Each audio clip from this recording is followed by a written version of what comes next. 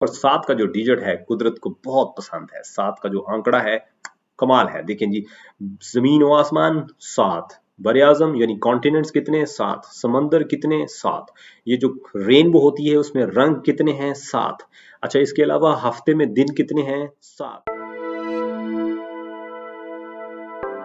Hello students, welcome to our educational channel Alpha Science Academy. तो कैसे हैं आप सब लोग? खैरियत से हैं, खुशबाश हैं? तो जल्दी से अपनी कॉपी पेंसिल ले लें और नोट्स लिखना शुरू कर दें। क्योंकि आज हम चैप्टर नंबर 1 जिसका नाम मेजरमेंट है, उसका दूसरा टॉपिक फिजिकल क्वांटिटीज आपको पढ़ाने वाले हैं। सो बगैर किसी ताखीर के शुरू करते हैं। Let's start. तो हमारा सबसे पहला सवाल कुछ इस तरह से है, what are physical quantities, give examples. Physical quantities क्या होती हैं, इनकी चंद एक एग्जांपल्स दी जाएं। तो भी तमाम वो चीजें जिनकी सही सही पैमाइश की जा सकती है, जिनको मेजर किया जा सकता है, जिनकी किसी स्केल के साथ उनको मापा जा सकता है, उन तमाम चीजों को हम फिजिकल क्वांटिटीज कहते हैं। The quantities which can be accurately measured are called physical quantities. कितनी अहमियत है इन फिजिकल क्वांटिटीज की? भाई बहुत ज्यादा अहमियत है। क्यों? क्योंकि जो फिजिक्स की जो फाउंडेशन है वो इन्हीं फिजिकल क्वांटिटीज के ऊपर खड़ी है। फिजिक्स की बुनियादें हैं ये फिजिकल क्वांटिटीज जो हैं फिजिक्स को बुनियादें फराहम करती हैं। और इसके साथ साथ फिजिक्स के जितने लॉज हैं, इन लॉज नहीं, लॉज, फिजिक्स के जो लॉज हैं उनको एक्सप्रेस करने के लिए भी इन्हीं फिजिकल क्वांटिटीज की मदद ली जाती है। तो क्या हैं एग्जाम्पल दी जाए भी फिजिकल क्वांटिटीज की? तो सबसे पहले है length, time, density, temperature, electric fluxes वगैरह। ये सब जो हैं ये फिजिकल क्वांटिटीज की एग्जाम्पल्स हैं। अच्छा, इसके बरक्स कुछ ऐसी चीजें हैं जिनकी पैमाइश नहीं हो सकती, जैसे खूबसूरती, ये फलां बहुत खूबसूरत है। मोहब्बत, मुझे फलां से बहुत मोहब्बत है। कितनी मोहब्बत है जी? बहुत ज्यादा। कितनी? 10 किलो है, ऐसे तो नहीं होता। अच्छा जी, फलां फलां से बहुत नफरत करता है। कितनी? 10 सेंटीमीटर है। ये कौन सी नफरत है भाई? ऐसा तो नहीं होता। तो भाई ऐसी कुछ चीजें होती हैं जिनको हम मेजर नहीं कर सकते, इनको हम फिजिकल क्वांटिटीज नहीं कहते, जिसमें प्यार मोहब्बत है, नफरत है, खूबसूरती है, खुशबू है, बदबू है, ये सारी चीजें हैं जिनकी पैमाइश नहीं की जा सकती। तो जिनकी पैमाइश नहीं की जा सकती, जिनको मेजर नहीं किया जा सकता, उनको हम फिजिकल क्वांटिटीज भी नहीं कहते, उनको हम नॉन फिजिकल क्वांटिटीज कह सकते हैं या मेटाफिजिकल क्वांटिटीज कहा जा सकता है। ओके, तो what are different types of physical quantities? हमारा नेक्स्ट क्वेश्चन है कि भाई फिजिकल क्वांटिटीज की कुछ टाइप्स बताई जाए। बुनियादी तौर पे देखा जाए तो फिजिकल क्वांटिटीज की 2 टाइप्स हैं, लेकिन कुछ 3 भी कहते हैं। वो तीसरी कौन सी है वो भी बताता हूं। तो सबसे पहली है बेस क्वांटिटी। जी हाँ, इनको हम बुनियादी जो मिकदारें हैं वो भी कहते हैं। दूसरे नंबर पे आता है डेराइव्ड क्वांटिटीज, उर्दू में, हिंदी में इसको हम माखूज मिकदारें कहते हैं। ये अखज की जाती हैं, दूसरी चीजों से बनाई जाती हैं। और तीसरे नंबर पे जिनका मैं जिक्र कर रहा था वो है सप्लीमेंट्री क्वांटिटीज। जी हाँ, सप्लीमेंट्री क्वांटिटीज को हम ज्योमेट्रिकल क्वांटिटीज भी कहते हैं और इनकी तादाद सिर्फ 2 है। Number 1 plane angle, number 2 solid angle. ये 2 एंगल्स हैं और दोनों का ताल्लुक ज्योमेट्री के साथ है, इसीलिए हम इनको ज्योमेट्रिकल क्वांटिटीज भी कहते हैं। ओके, बेस क्वांटिटीज क्या होती हैं, इनकी डेफिनेशन बताते हैं आपको। भाई नेचुरली एग्जिस्टिंग क्वांटिटीज, जो कुदरती तौर पे पाई जाने वाली चीजें हैं, उनको हम बेस क्वांटिटीज कहते हैं। इनकी प्रॉपर डेफिनेशन अगर देखी जाए तो ऐसी तमाम फिजिकल क्वांटिटीज जो बाकी तमाम क्वांटिटीज के लिए फाउंडेशन फराहम करती हैं, बुनियाद फराहम करते हैं, नी जिसको कहते हैं, नी देती हैं, बुनियाद फराहम करती हैं, जिसके ऊपर इसकी पूरी इमारत खड़ी होती है, उन तमाम फिजिकल क्वांटिटीज को हम बेस क्वांटिटीज कहते हैं। The quantities which form the foundations for all other physical quantities are called base quantities. और इनकी तादाद कुछ ज्यादा नहीं है, 7 है। और 7 का जो डिजिट है कुदरत को बहुत पसंद है। 7 का जो आंकड़ा है कमाल है। देखें जी, जमीन व आसमान 7, बर आजम यानी कॉन्टिनेंट्स कितने 7, समंदर कितने 7, ये जो रेनबो होती है उसमें रंग कितने हैं 7। अच्छा, इसके अलावा हफ्ते में दिन कितने हैं 7, होली कुरान में मंजिलें कितनी हैं 7, और टीचर, टीचर जो वर्ड है इसमें लेटर्स कितने हैं 7। और दिल छोटा मत करें क्योंकि स्टूडेंट में भी 7 लेटर्स होते हैं। तो 7 और जन्म, वाह, जन्म जन्म 7 जन्म, तो ये तमाम चीजें जो है इसमें 7 का जो जो डिजिट है वो कॉमन है। क्यों? क्योंकि कुदरत को शायद 7 का जो नंबर है बहुत बहुत पसंद है। तो भाई 7 फिजिकल क्वांटिटीज हैं। कौन कौन सी हैं? अब इनकी एग्जांपल्स आपको देते हैं। बेस क्वांटिटीज की एग्जांपल्स दी जाएं भाई। तो बेस क्वांटिटीज में शामिल है सबसे पहले टाइम यानी वक्त यानी समय, उसके बाद है मैस, उसके बाद है length, electric current, intensity of light, amount of substance और थर्मोडायनेमिक टेम्परेचर। मैंने जरा इसके वर्ड के हिसाब से और इसकी जो लाइन और लेंथ है उसके हिसाब से इनकी तरतीब रखी है। आप कोई भी तरतीब जो है वो बता सकते हैं। ये कोई रिटन तरतीब नहीं है कि भी ऐसे ही लिखना है। मैंने वैसे ही इनको इस तरह से लिख दिया है। तो ये 7 जो मैंने आपके सामने रखी, time, mass, length, electric current, intensity of light, amount of substance और थर्मोडायनेमिक टेम्परेचर, ये 7 बेस क्वांटिटीज हैं। ठीक है, और ये बाकी तमाम फिजिकल क्वांटिटीज को बनाने में बहुत बहुत अपना अहम किरदार अदा करती हैं। ओके, अब बात करते हैं डिराइव्ड क्वांटिटीज की। What are derived quantities? Give examples. Derived quantities क्या होती हैं, इनकी एग्जांपल्स दी जाए। तो डिराइव्ड क्वांटिटीज की डेफिनेशन देखते हैं। The physical quantities which are expressed in terms of base quantities are called derived quantities. भाई ऐसी तमाम फिजिकल क्वांटिटीज, और इनकी तादाद 20 है, 40, 50, 60, 70 हो सकती हैं। ये तमाम वो फिजिकल क्वांटिटीज हैं जो बेस क्वांटिटीज में से डिराइव की गई हैं, बनाई गई हैं। जैसे दूध जो है, मिल्क, ये एक नेचुरल चीज है, जबकि पनीर जो है, दही, मक्खन, बटर वगैरह, ये नेचुरल नहीं है, बल्कि ये दूध में से यानी मिल्क में से डिराइव की जाती हैं।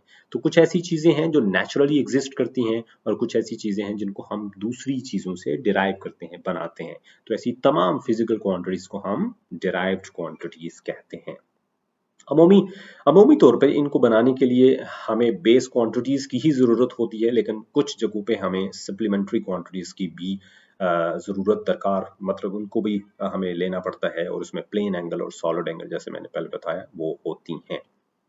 अच्छा जी, इनकी एग्जांपल्स दी जाएं। जैसे तो मैंने पहले बताया कि ये BCU हैं, इसमें बहुत सारे हैं, लेकिन speed, force, torque, density, work, energy, power, और पावर में फिर इलेक्ट्रिकल पावर होती है, इलेक्ट्रिकल पोटेंशियल या फिर सिंपल इलेक्ट्रिक पोटेंशियल, ये जो चंद एक मैंने आपको बताई हैं। इसके अलावा और भी हैं, इनको हम डिराइव्ड क्वांटिटीज कहते हैं।